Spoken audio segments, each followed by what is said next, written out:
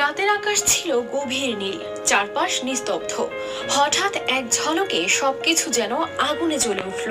কোনো শব্দ নেই, কেবল আলো, তাওয়া বা লাল, যেন কেউ আকাশে আঁকলো আগুনের তুলির এক টান। কিন্তু এটি প্রায় 5,000 মিটার উঁচু পর্বতের চূড়া থেকে ক্যামেরায় ধারণ করা এক বিরল প্রাকৃতিক ঘটনা, যাকে বলা হয় রেড স্প্রাইট। এটি মূলত এক ধরনের লাল রঙের বজ্রপাত, যা সাধারণ চোখে দেখা যায় না। ক্যামেরায় ধারণ করা এই দৃশ্যই এখন আলোচনার কেন্দ্রবিন্দু হয়ে উঠেছে।